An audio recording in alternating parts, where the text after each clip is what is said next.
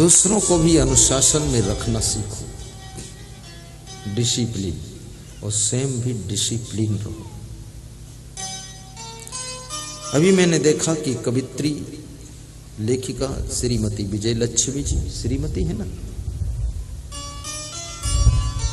बहुत डिसिप्लिन महिला है। मैंने कहा थोड़ा सुना तो एक लाइन, बस थोड़ा सुनाया। ऐसा नहीं कि माइक मिल गया तो बस महाराज की ऐसी तैसी मैं ही सब सुनाता हूं। कितने लोगों को माइक दे दो 2 मिनट के लिए, आधा घंटा छोड़ते ही। अब छोड़ाना भी मुश्किल, बीच में बोलो कैसे, पर्ची लिख लिख कर तो पर्ची वर्ची से मानते नहीं। ये डिसिप्लिन, हर चीज में अपने आप को नियंत्रित रखना।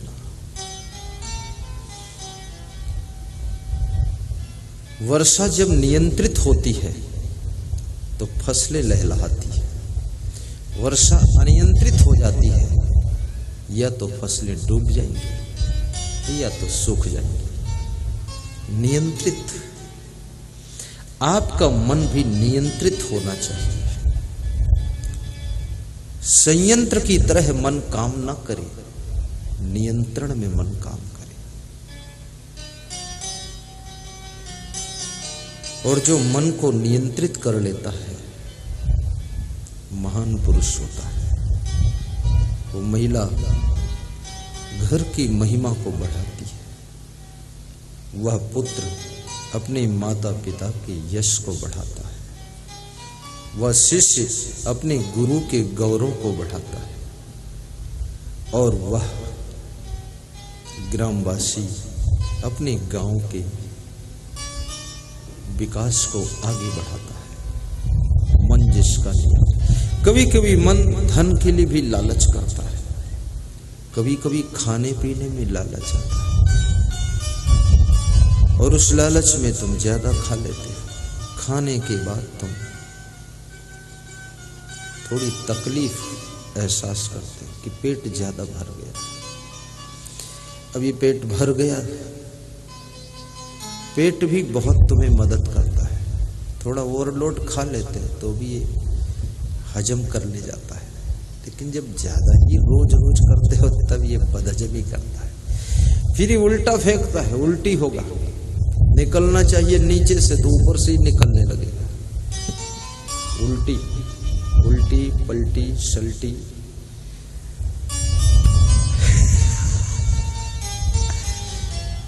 इसलिए ज्यादा भी मत खाना, प्रेम से खाया करो। जितनी शाकाहारी चीजें हैं सब प्रेम से खाओ। मांसाहारी तो बिल्कुल मत खाओ।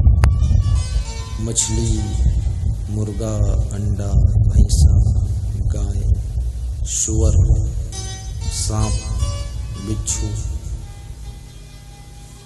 बकरा, ये सब कभी मत खाना। इन प्राणियों को भी जीने दो, जियो और जीने दो, ये फार्मूला अपनाइए। बसो और बसने दो, रहो और रहने दो, सुनो और सुनने दो, खाओ और खाने दो, हंसो और हंसने दो, खुश रहो, खुश रहने दो, किसी को दुख मत दो।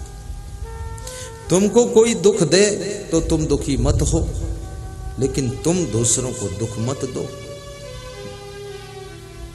कोई दुखी करने की कोशिश करे आपके लिए तो भी दुखी मत हो, हंसते रहो, उसकी मूर्खता पर हंसो। पूछेगा कभी कभी बहुत खुश रहते हैं, बोले मूर्खों की मूर्खता पर खुश रहता हूं। हा हा हो हा।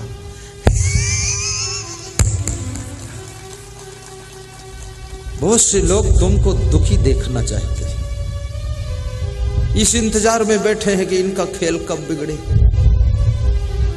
और कितने लोग तो कसम खा लेते हैं कि इनका खेल बिगाड़ कर ही मानूंगा, ये बजरंगी अनाथ आश्रम को पूरा अनाथ करके ही मानूंगा। लेकिन जो दूसरों का खेल बिगाड़ने के लिए कोशिश करता है, उसकी जिंदगी का खेल कभी शुरू ही नहीं होता है, वो बिना खिलाड़ी बनकर जिंदगी गुजार देता है।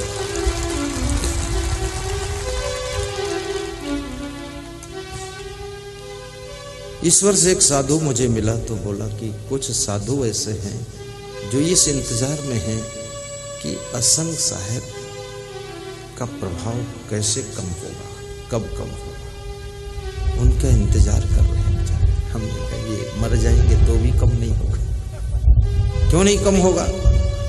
किसी के सोचने से कम नहीं हो सकता है। जब तक आपके अंदर कमी नहीं आएगी तब तक ना तो आपका प्रभाव कम होगा, ना धन धान्य कम होगा, ना तो यश कम होगा। जब खुद में कमी आ जाती है तो सब कम होने लग जाता है। और खुद में कमी कहां से आती है? चरित्र जब गिरता है तब आदमी नीचे गिरता है, आचरण गिरता है तब आदमी नीचे गिरता है, और स्वभाव बिगड़ता है तब आदमी नीचे गिर जाता है। स्वभाव, जिस स्वभाव से, जिस वैराग्य से, जिस विचार से, जिस संकल्प से, जिस कर्म से तुम आगे बढ़े हो, अगर ये सब निरंतर आप में बना रहा तो नीचे गिरने की कोई उम्मीद ही नहीं है। स्वभाव बिगड़ता है। चुनाव जीतने से पहले नेता का स्वभाव कुछ और होता है। चुनाव लड़ते समय स्वभाव बहुत अच्छा होता है, लेकिन चुनाव जीतने के बाद तेरी ऐसी कैसी क्या समझ, स्वभाव बदलता है। जब स्वभाव बदलता है तो जनमानस का भाव बदलता है। जब भाव बदलता है तो इसका जो प्रभाव बना था वो सब बिगड़ता है। इसलिए मैं नेताओं से भी कहूंगा, साधुओं से भी कहूंगा, भक्तों से भी कहूंगा, जिंदगी में एक रस अगर ऊंचाई पर चढ़ना है तो दुनिया बदल जाए, मौसम बदल जाए, सृष्टि बदल जाए, तुम अपने वो सुंदर स्वभाव को बदलने मत देना, अपने पवित्र आचरण को चेंज मत होने देना। अगर आचरण आपका टाप का सदैव बना रहेगा तो आपका ब्रेक कोई लगाने वाला ही नहीं।